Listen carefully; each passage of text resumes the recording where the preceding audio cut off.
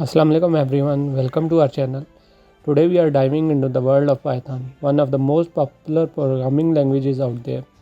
Whether you are a complete beginner or looking to brush up on your skills, this video is for you. So let's get started. First off, why Python? Python is known for its readability, simplicity, and versatility. You can use it for web development, data analysis, artificial intelligence, automation, and so much more. Plus, it has a huge community and tons of libraries to help you out. To download Python, you have to go to python.org/downloads, the official website for Python download. Just click the download Python button and the latest version according to your operating system will start downloading. Once the setup downloaded completely, double click the exe file and run the setup to install the Python on your system. Now install now, and then you have to make sure to check the add Python to path to make sure to run your Python properly on your system, otherwise Python will not work properly.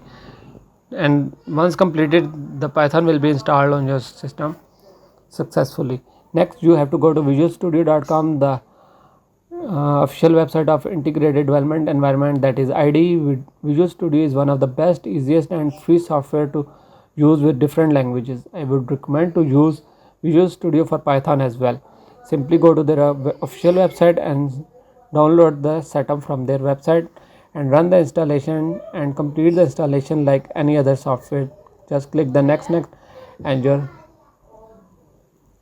Visual Studio setup will be run and completed and Visual Studio will be installed.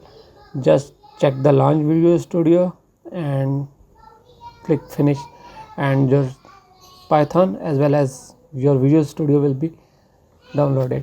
Now this is the environment of your Visual Studio. There you can select the theme for your environment: black, light, dark, high contrast as well. Now go to file, create new file and write some Python code like this: print. To run the Python file, go to the terminal and then select the directory where you have saved the Python file and just name the Python file and press enter, and the output will be shown on the terminal.